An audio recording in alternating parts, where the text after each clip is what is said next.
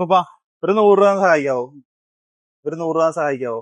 ഞാനേ ആലപ്പുഴയിൽ നിന്ന് വരുമായിരുന്നു. അപ്പൊ എന്റെ പേഴ്സ് മിസ്സായി പോയി. ഒരു 100 രൂപ സഹായിക്കാൻ പറ്റുമോ? എനിക്കൊരു ടെസ്റ്റ് ഉണ്ടായിരുന്നു, ഒരു ഇന്റർവ്യൂ ഉണ്ട്. അപ്പൊ അതിന് ടെസ്റ്റിന് വേണ്ടി വന്നായിരുന്നു. അപ്പൊ അത് കഴിഞ്ഞു. പക്ഷെ എനിക്ക് തിരിച്ചു അവന്റെ പേഴ്സ് നഷ്ടപ്പെട്ടു. അപ്പൊ നമ്പർ പറഞ്ഞാ ഞാൻ വീട്ടിൽ ചേട്ടാ അയച്ചു തരാം. വേണ്ടേ? അപ്പൊ എന്റെ പേരെന്തുവാ? രാജു. സ്ഥലം എവിടെയാ? ഇവിടെ തന്നെയാണോ? ഇത് വെച്ചോട്ടാ. ഞാനേ ഒരു വീഡിയോ എടുക്കാൻ വേണ്ടി വന്നു. യൂട്യൂബിൽ വീഡിയോ എടുത്തിരിക്കും അവിടെ. അപ്പൊ ഇങ്ങനെ ആളുകൾക്ക് ചോദിച്ചാൽ ആളുകൾ സഹായിക്കുമെന്ന് അറിയാൻ വേണ്ടി ഞാൻ ചുമ്മാ ഒന്ന് ടെസ്റ്റ് ചെയ്ത് നോക്കിയാ. അല്ല അതുപോലെ നല്ല മനസ്സിന്റെ നന്ദി. നമുക്കേ ദൈവാധീനം ഉള്ളതുകൊണ്ടാണ് വൈറൽ താരമാണ്. പിന്നെ എന്തൊക്കെയുണ്ട് ആൾക്കാര് വീഡിയോ കണ്ട ഒരുപാട് യു കെ വരെ പിന്നെ ഞാനിപ്പോ ഏത് കടയിൽ കയറിയല്ലേ. ഞാൻ ഈ കഴിഞ്ഞ ദിവസം ആലപ്പുഴ വന്നിരുന്നു. ആലപ്പുഴ വന്നു കഴിഞ്ഞപ്പോ അവിടെയുള്ള പാർട്ടി മുഴുവനും എന്നെ കണ്ടിട്ട് ചോദിച്ച് ഈ യൂട്യൂബിനകത്ത് ഇങ്ങനെ കണ്ടല്ലോ. ഞാൻ പറഞ്ഞു ഞാൻ തന്നെയായിരുന്നു. പക്ഷെ എന്റെ കൂട്ടുകാരായിരുന്നു അത് എടുത്ത്, നമുക്കറിയത്തില്ലായിരുന്നു. അപ്പം അങ്ങനെ ഈ അനന്തു എന്ന് പറയുന്നതും പിന്നെ നന്ദു എന്ന് പറയുന്നതും ഇവർ രണ്ടുപേരും കൂടെ ഉണ്ടായിരുന്നു. അപ്പൊ നമുക്കിത് അറിയത്തില്ലായിരുന്നു. അങ്ങനെയായിരുന്നു അവര്. പേര് മറന്നിട്ടില്ല.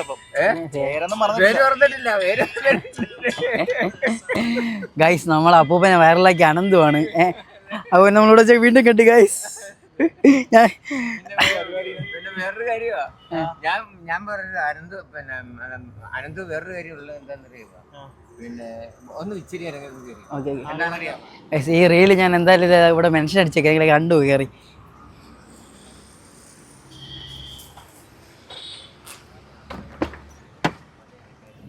കമന്റ് ഇല്ല.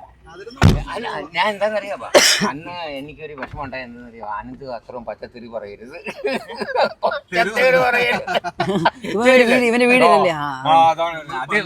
കാര്യം എന്താണെന്നറിയാമോ, നമുക്ക് അവരുടെ വിമർശനമാണ് നമ്മളെ പ്രോത്സാഹിപ്പിക്കുന്നത്. തീർച്ചയല്ലേ? ഞാൻ അതാണ് പറയുന്നത്. ഞാൻ അന്ന് തൊട്ട് അനന്തനെ കാണണമെന്ന് വെച്ചോണ്ടിരിക്കുകയായിരുന്നു. ഇനി ആര് എന്ത് കമന്റ് ചെയ്തേലും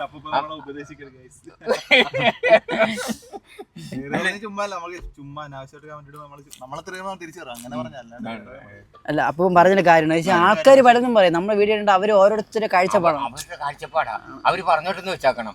കാര്യം എന്താ അനന്തന് അത്രയും കൂടെ ഇമേജ് കൂടുക. അപ്പൊ ശരിയാണ്, അത്രയും കൂടെ.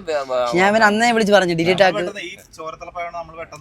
അതാ എന്താ മുട്ടൻ തെറിയാ. ഞാനത് ഉടനെ ഞാൻ സ്റ്റോപ്പ് ചെയ്ത്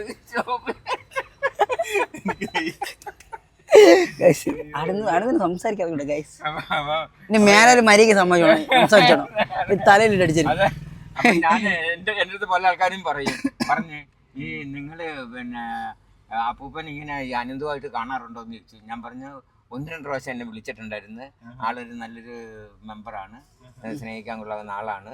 പക്ഷേ അപ്പം പുള്ളി എന്താ ഇങ്ങനെ വയലന്റ് ആയെന്ന് ചോദിച്ചപ്പോൾ ഞാൻ പറഞ്ഞു എന്താണെന്ന് അറിയുന്ന മനുഷ്യനല്ലേ, ചില സാഹചര്യത്തിൽ. അപ്പം പറഞ്ഞു പുള്ളി സ്മോൾ വല്ലതും ആയിരുന്നോ? ഞാൻ പറഞ്ഞു അതൊന്നും അല്ല, അങ്ങനൊന്നും ഇല്ല. പിന്നെ എന്തോ പുള്ളിയുടെ ആ സമതലയ്ക്ക് എന്തോ ഒരു സംഭവം. നമ്മളിങ്ങനെ കൊറേ കമന്റ് ഓരോരുത്തരും ഇടും. കൊറേ കമന്റ് ഇട്ടപ്പോ നമ്മളെ കയ്യിൽ നിന്ന് പോകും. മനസ്സിലായില്ലേ? അപ്പൊ എന്ത് ചെയ്യുന്ന അറിയാവോ, ഇനി ആരെന്ത് തെമ്മാടിത്തരം പറഞ്ഞാലും കൊള്ളാമില്ലേ, ഇത് നമ്മുടെ ബിസിനസ്സാ. ഞാൻ അന്ന് തൊട്ട് ഓർക്കുന്നത് എന്താണെന്നറിയാവോ, നിങ്ങൾ എന്നെ കൊണ്ട് ഉയരണം. കാര്യം ഞാൻ അത്രയും ദൈവാധീനമുള്ളവനാ. ഞാൻ അത്രയും അല്ല, ബെനിഫിറ്റ് ഉണ്ടാകണം. ലോകം അറിയത്തക്ക വിധത്തിൽ ബെനിഫിറ്റ് വരണം. കാര്യം ഞാൻ രണ്ടുപേരെ എപ്പോഴും ഞാൻ എൻ്റെ മനസ്സുകൊണ്ട് ഞാൻ പ്രാർത്ഥിക്കാറുണ്ട്. നിങ്ങൾ രണ്ടുപേര്. കാര്യം ഞാൻ അറിയാതെ എൻ്റെ ഒരു അവസ്ഥ ഞാൻ പറഞ്ഞില്ല. എങ്ങനെയാണെന്ന് ഞാൻ ഒരുപാട് ദാനധർമ്മം ചെയ്യുന്നവനാണ്.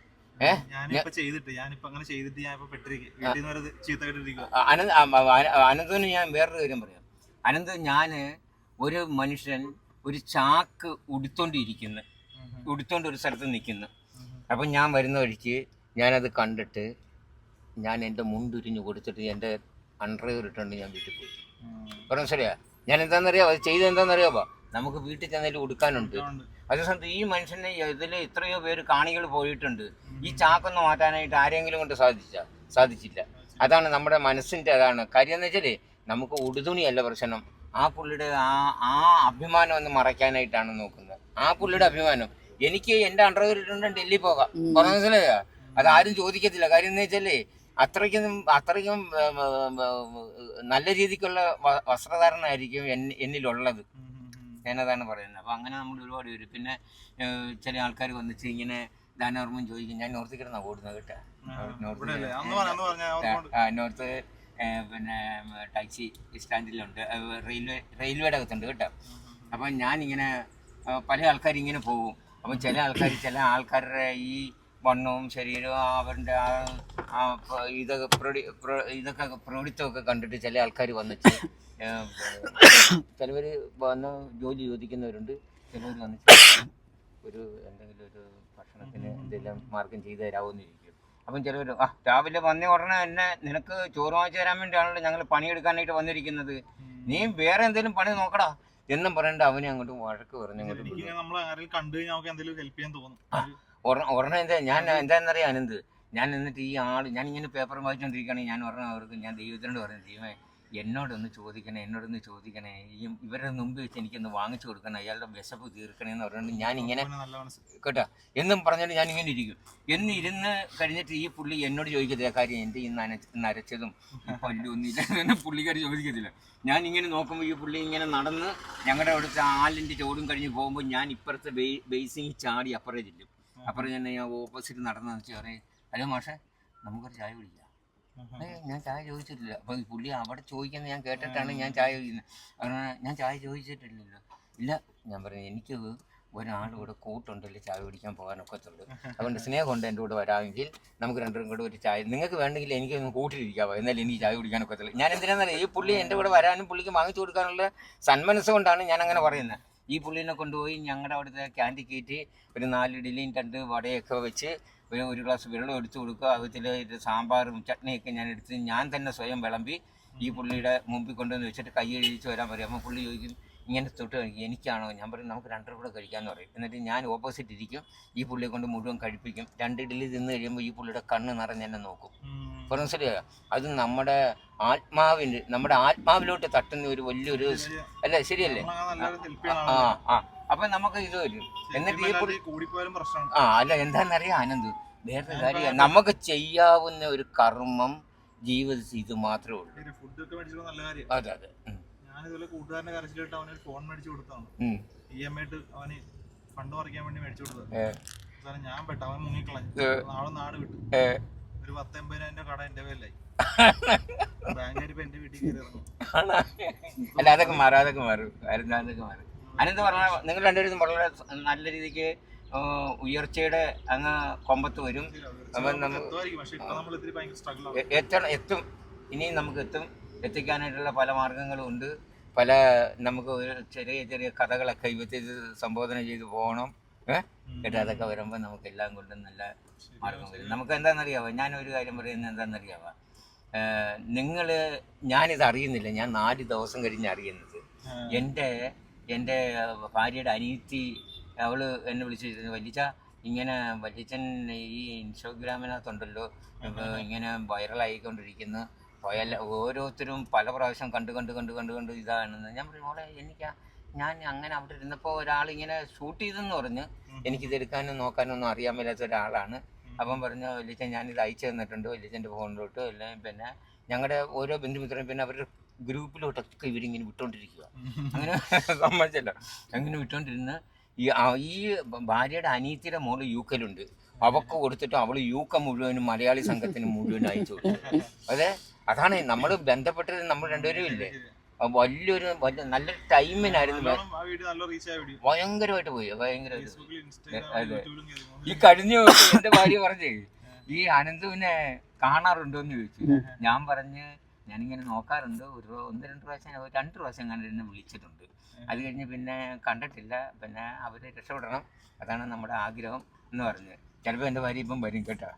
ഞാൻ പുള്ളിക്കാരത്തെ കാത്ത ഇവിടെ പുള്ളി മറ്റേ നമ്മുടെ ഇതിലാണ് ഏതാന്നറിയാം, കൃഷിഭവനില്ല ജോലി. കൃഷിഭവനില്ല. നമ്മുടെ ഇതുണ്ടല്ലോ, നമ്മുടെ നെട്ടൂര് 4 മില്യൺ അടിച്ചു. 4 മില്യൺ ആ വീഡിയോ 4 മില്യൺ 3.8.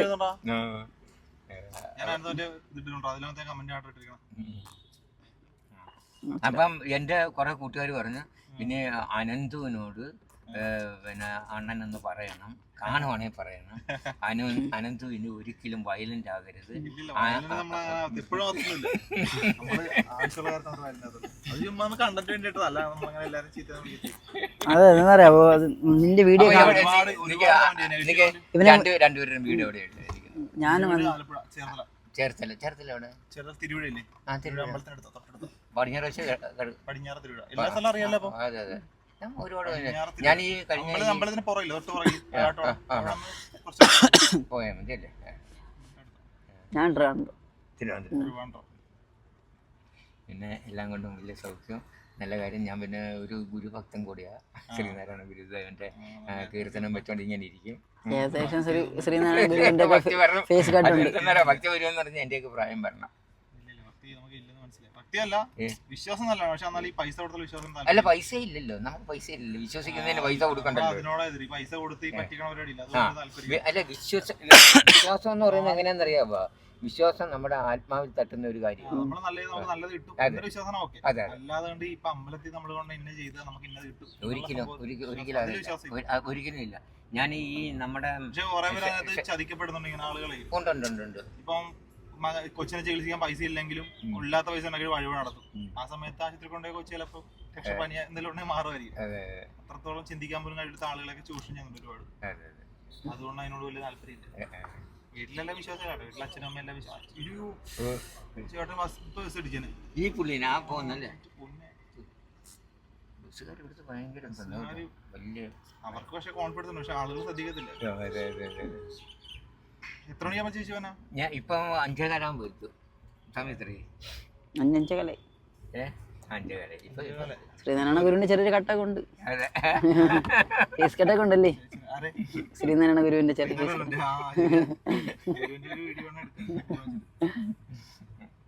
ഇന്ന് ഓട്ടോയിലായിരുന്നാ? വളരെ മോശം ഓട്ടം. എങ്കിലും എന്തെങ്കിലും ഓട്ടം മോശമാണ്. ഓട്ടം വിളിക്കാൻ നമുക്ക് സ്റ്റോറി ഇട്ടാ പിന്നെ നമ്പർ വെച്ച് സ്റ്റോറി ആയിട്ട് ഓട്ടം ആവശ്യത്തിക്കുള്ള ഓട്ടം കിട്ടും. ഇങ്ങനെ ഹെൽപ്പ് ചെയ്യാൻ പറ്റും. എനിക്ക് ഫിനാൻഷ്യലി എന്നെ കൊണ്ട് രക്ഷയില്ല, ഞാൻ ഇല്ല, രക്ഷപ്പെടും. അനന്തും രക്ഷപ്പെടണം. അനന്തും നിങ്ങൾ രണ്ടുപേരും രക്ഷപ്പെടും. അതിന്റെ നമ്പരേക്ക് ഞാനപ്പോ പിന്നെ ഇന്നൊരു സ്റ്റോറി ഇടാം. ഇവിടെ ഉള്ളതുകൊണ്ട് എറണാകുളത്ത് ഇപ്പൊ നമ്മൾ ഇതിന്റെ സ്റ്റോറി ഇട്ട് കഴിഞ്ഞാൽ അത്യാവശ്യം ഇവിടെയുള്ള എല്ലാവരും കാണും. ഒരു 1,00,000-അടുത്തോളം ആളുകൾ കാണും സ്റ്റോറി. അപ്പൊ അവരാവശ്യമുണ്ടെങ്കിൽ വിളിക്കാം. നമ്പർ വെച്ചിട്ടേക്കാം. നമ്പർ എനിക്കൊന്ന് ഇട്ടേക്കാം. 95 നമ്പർ ടൈപ്പ് എടുത്തോ വീഡിയോ. ഫോൺ നമ്പർ വെച്ചിട്ടേ എറണാകുളത്ത് എവിടെയും പോലെ എല്ലായിടത്തും എറണാകുളം സിറ്റിയിൽ ഫുള്ള് സർവീസ് ഉണ്ടാവും. 95 62 62 26 04 95 62 26 04 0410. പേരെന്തായിരുന്നു? രാജു.